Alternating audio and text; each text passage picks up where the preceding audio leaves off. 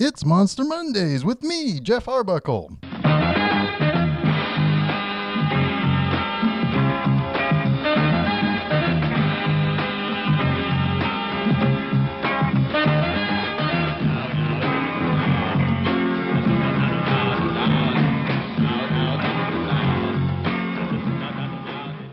It's Monday, and that so happens to be the day that I like to talk about monsters.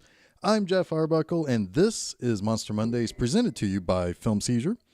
You can catch new episodes of Film Seizure with myself and Jason Oliver on Wednesdays, but Mondays, well, you know what I'm going to say here.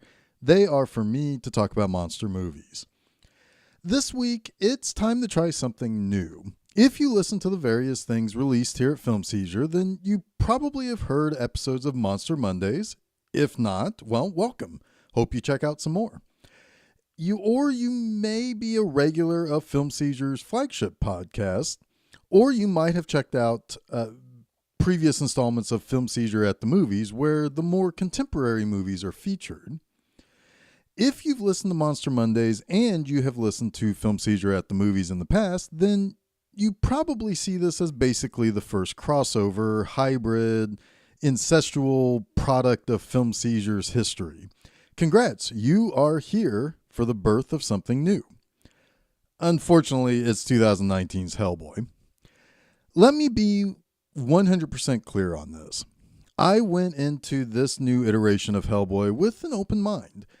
I wasn't soured on the idea of restarting the series. It had been years since the sequel to last week's version of Hellboy, so a third movie in a series that an entire generation of people wouldn't know much about now that adapting comic books has become big business doesn't really make a whole lot of sense. So sure, let's recast and restart. The choice for Hellboy, Stranger Things' David Harbour, was a good one too. Even the fact that it was R-rated didn't bother me much this time around. And to be perfectly fair, as big of a fan of comic books I am, I don't have a great deal of history with Hellboy, so whether or not the R rating would have been more appropriate for that, I don't really know. But it does allow for a little bit more gore, a little bit more action, a little bit various other things that you could potentially do with an R rating that you couldn't with a PG-13. However, when you see that the Rotten Tomatoes score of 11% at the time of my screening, it does open the door for a little bit of concern. But still, I kept an open mind. And maybe this was one of those things where it's so bad that it's good. Even in those instances, you can't hand out fresh ratings on Rotten Tomatoes. So the numbers would eventually work against the movie and drive the score down. Maybe it's just an adaptation that is hard for critics to wrap their brain around because it's an indie character as opposed to the more popular superheroes of Marvel and DC. Maybe critics just have a bunch of sticks crammed up their butts. I don't know.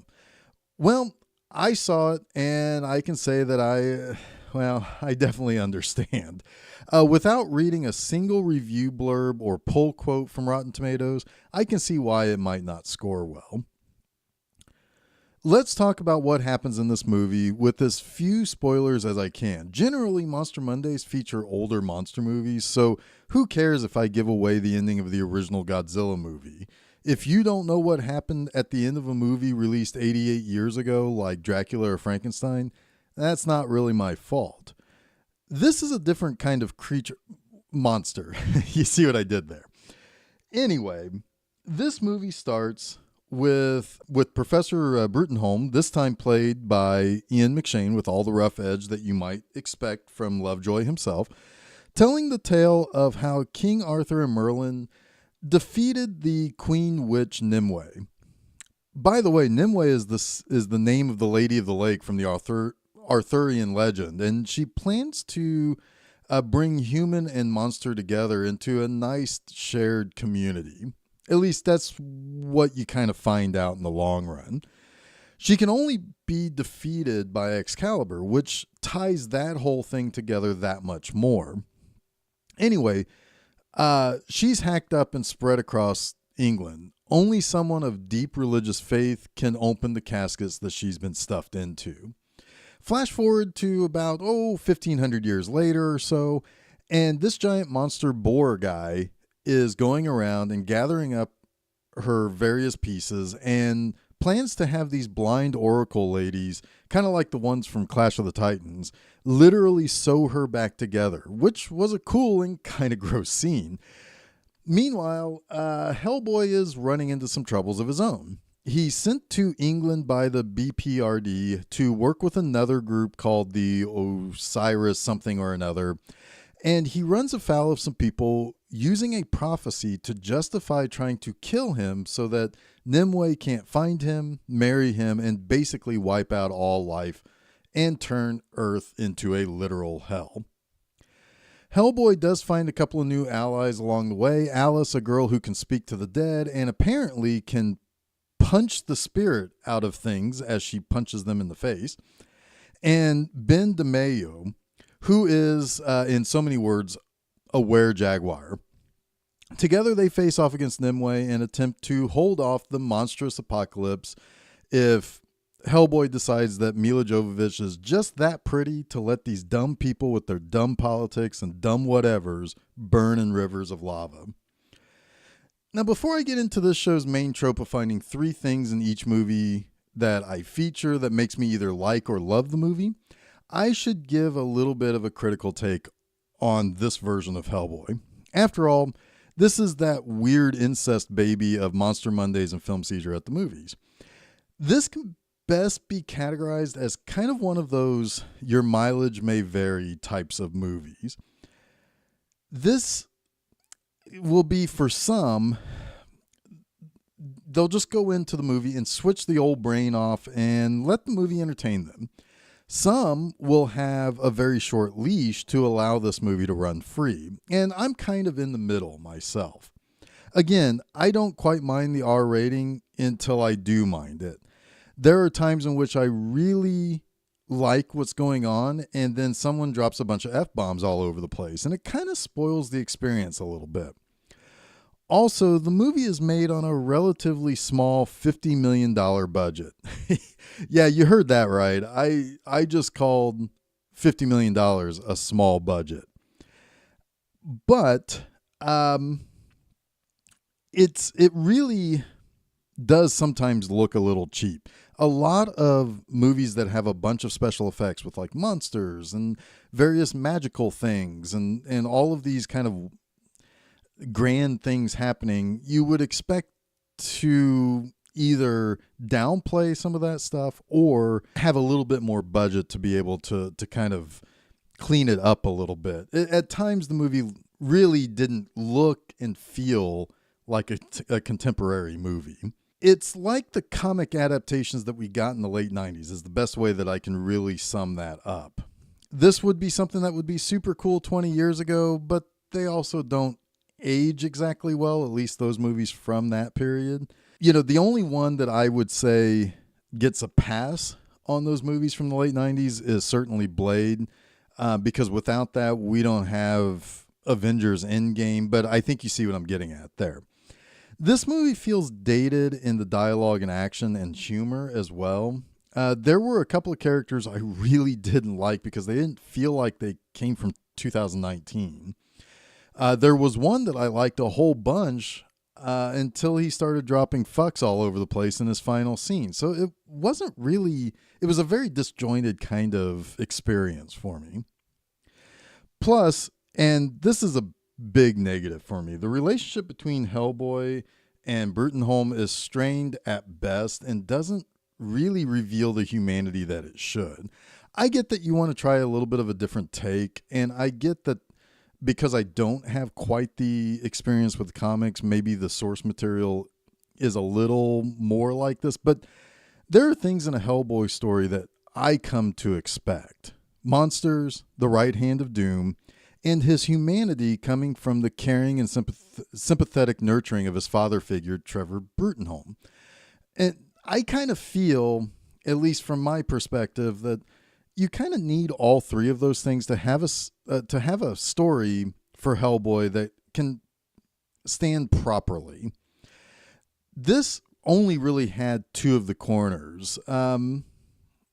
it's almost like having a Superman movie where you have a father figure for Kal-El telling him that he can't use his powers in order to save people, and that if he uses his powers, he's always going to be hunted and fear.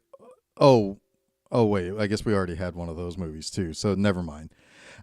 Anyway, the missing element, that nurtured relationship between Hellboy and his father figure, it was something that, could really only be salvaged when it was a little too late in the movie.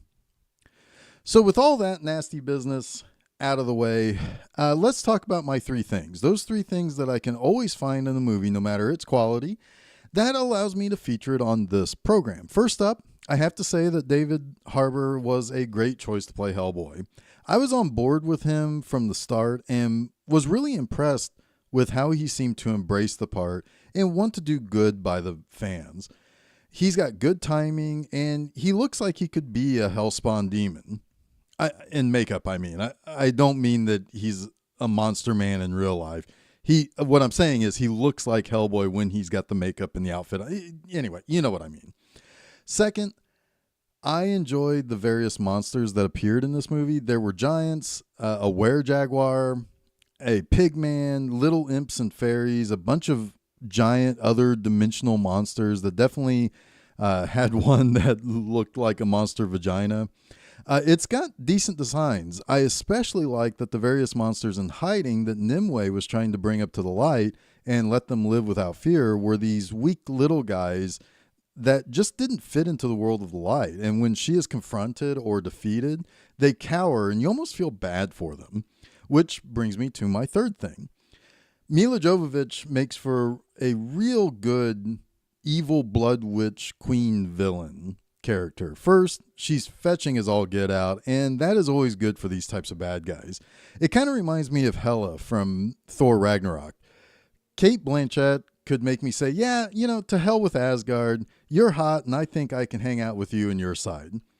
But Nimue kind of goes beyond that. First, when she's seen during the Dark Ages, she's actually trying to broker peace between people and creatures to share the world. She's betrayed by someone close to her and ultimately is defeated. When she returns during the present, she's kind of like, yeah, you know what? I gave you guys a chance, but now I'm just going to destroy you and take it all. She even asked these poor little monsters that I mentioned previously who hide in the shadows and never really do anything wrong. She asked them to be her army, and they ain't so sure about that. When she's confronted by Hellboy, they actually run away. So it's an interesting vibe that she gives. I have to wonder if she was going to turn the world into a hellish New Eden. I would have to think that those poor little guys quivering and hiding would again get the short end of the stick by being pushed around for not being among the demons who are way stronger and more powerful than they are. So that about sums it up. Look, this probably isn't going to be many people's cups of tea.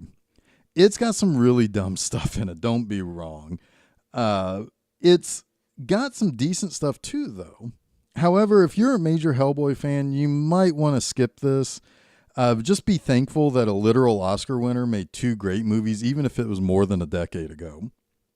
Overall, I don't know how well this plays to the 2019 crowd when it came out, sandwiched between Captain Marvel, Shazam, and Avengers Endgame, especially with the modern day storytelling of superhero comic characters being as big as it is.